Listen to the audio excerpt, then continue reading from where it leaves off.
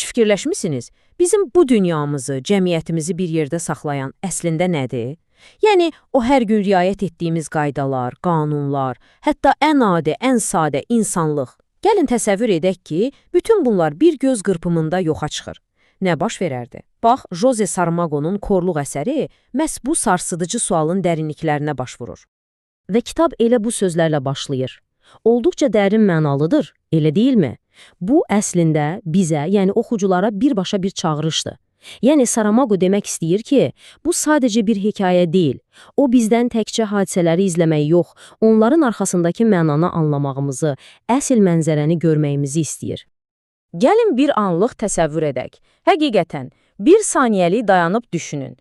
Bir anda, bax elə indi, bütün dünya kör olur. Bütün dünya. Siz nə edərdiniz? İlk reaksiyanız nə olardı? İlk addımınız. Bax, Saramago heç bir xəbərdarlıq etmədən bizi məhz bu amansız reallığın tam mərkəzinə tullayır. Ağ xəstəlik. Hər şey adi bir gündə svetoforun qarşısında dayanan bir adamla başlayır.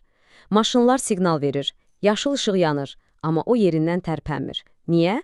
Çünki onun üçün dünya artıq qaranlığa bürünməyib. Yox, əksinə göz qamaşdıran süd kimi ağ bir boşluğun içinə düşüb. Bu, o dəhşətli ağ xəstəlik epidemiyasının ilk anı idi. Və bu qəribə korluq demək olar ki, bir virus kimi, amma görünməz şəkildə yayılmağa başlayır. Hər şey bir zəncirvari reaksiya ilə gedir. İlk adam, ona kömək edən maşın oğrusu, sonra getdikləri həkim, həkimin qəbulundakı digər pasiyentlər, tünd eynəkli qız, qara göz sarğılı kişi, bir-biri ilə heç bir əlaqəsi olmayan bu insanlar fərqində olmadan fəlakətin ilk halqalarını təşkil edirlər. İşin ən qəribə, hətta dəhşətli tərəfi isə odur ki, bu, bildiyimiz korluğa heç bənzəmir. Həkim o ilk xəstəni müayinə edəndə gözlərində heç bir problem tapmır. Heç bir fiziki zədə, heç bir patologiya yoxdur. Gözlər sağlamdır, amma görmür. Sadəcə göz qamaşdıran süd kimi ağ bir boşluq görürlər. Bu, tibbin izah edə bilmədiyi bir dəhşətdir. Və dəlixananın qanunları. Təbii ki, hökumətin reaksiyası gecikmir. Təlaş, qorxu və məcburi karantin. Nə edirlər? Bütün körləri və onlarla təmasda olan hər kəsi yığıb, tərk edilmiş köhnə bir dəlixanaya doldururlar.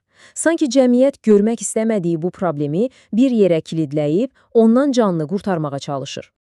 Amma burada hekayənin gedişatını dəyişən bir şey baş verir. Həkimin arvadı. Əri kör olduğu üçün ondan ayrılmaq istəmir və yalan danışır. O da kör olduğunu deyir və əri ilə birlikdə dəlixanaya gedir. Fərqində olmadan o, bütün bu körlər dünyasında görən yeganə insana çevrilir. Bəli, o, bəşəriyyətin çöküşünün tək şahidi, bizim gözlərimiz olacaq. Və əskərlər səs gücləndirici ilə bu soyuq, amansız qaydaları elan edir. Qaçmağa cəhd edən güllələnəcək. Yemək gündə 3 dəfə qapının ağzına qoyulacaq. Öz ölülərinizi özünüz dəfn etməlisiniz. Və ən dəhşətlisi, hökumət içəridə baş verənlərə görə heç bir məsuliyyət daşımır. Yəni, bu açıq şəkildə o deməkdir ki, siz artıq cəmiyyətin bir parçası deyilsiniz. Siz unudulmusunuz. Zülmətdə tiranlıq. Gözlər görməyəndə köhnə qanunlar da öz mənasını itirir. Dəlixananın o 4 divar arasında yavaş-yavaş yeni daha vəhşi, daha qəddar bir cəmiyyət formalaşmağa başlayır. Və çox keçmir ki, içəridə 2 fərqli qütb yaranır. Bir tərəfdə bizim tanıdığımız həkimin palatası. Onlar çətin də olsa, nizam-intizamı, ləyaqəti qorumağa, əllərində olanı bölüşməyə çalışırlar. Digər tərəfdə isə quldurların palatası. Onların tək məqsədi var: hakimiyyət, nəzarət. Metodları isə sadədir: zorakılıq və əllərindəki o tək silah. Hər şey dəyişən isə bax budur: bir ədəd tapanca. Bəli, cəmi bir silah. İçəri yeni gətirilən bir qrup kör adamdan birində bu tapanca var. Körlər dünyasında isə silahı olan kraldır. Onlar heç bir müqavimətə rast gəlmədən, onsuz da az olan bütün yemək ehtiyatını ələ keçirirlər.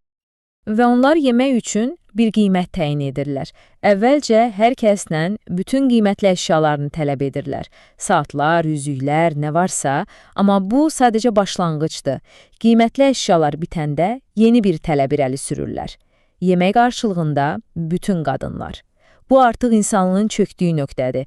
Aclıq ən güclü silaha çevrilir və dəhşətli sistematik zorakılıq başlayır.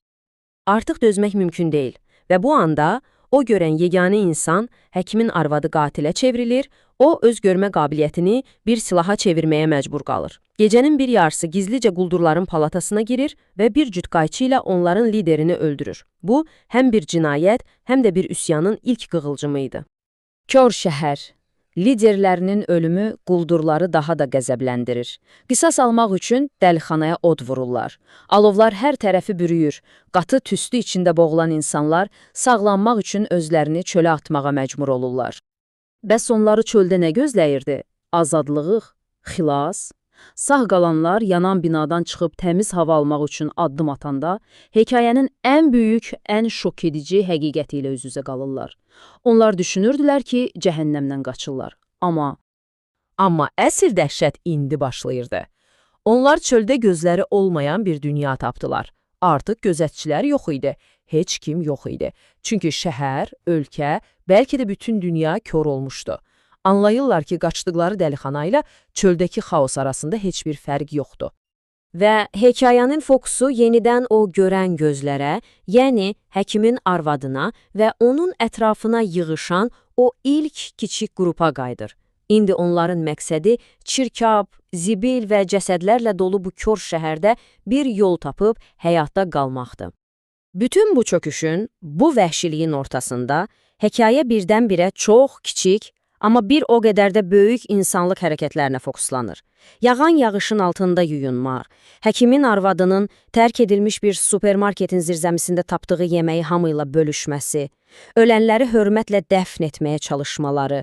Bax, bu kiçik, adi hərəkətlər o zülmətin içində yeganə ümid işığına çevrilir. Və bəlkə də əsərin ən ürək dağlayan məqamlarından biri onların kör olmazdan əvvəl son gördükləri şeyləri xatırlamasıdır. İlk adam üçün bu sadəcə svetofor idi. Həkimin arvadı üçün isə ərinin üzü. Qara göz sarğılı qoca isə xatırlayır ki, son gördüyü şey bir rəsm əsəri olub, qarğalarla dolu bir buğda tarlası. Bu xatirələr onların itirdiyi o köhnə dünyanın son acı fraqmentləridir. Və sonda kitab bizi bu sualla baş-başa qoyur. Əsl körlük nədir? Gözlərin görməməsi, yoxsa insanlığımızı itirmək? Axı bu hekayə sadəcə fiziki körlükdən bəhs etmir. Bu, bizi özümüzə, öz cəmiyyətimizə bir daha baxmağa məcbur edir. Hər gün ətrafımızda baş verən ədalətsizliklərə, haqsızlıqlara göz yumuruqsa, görən gözlərimiz olsa belə, bəlkə də əsl kör elə bizik.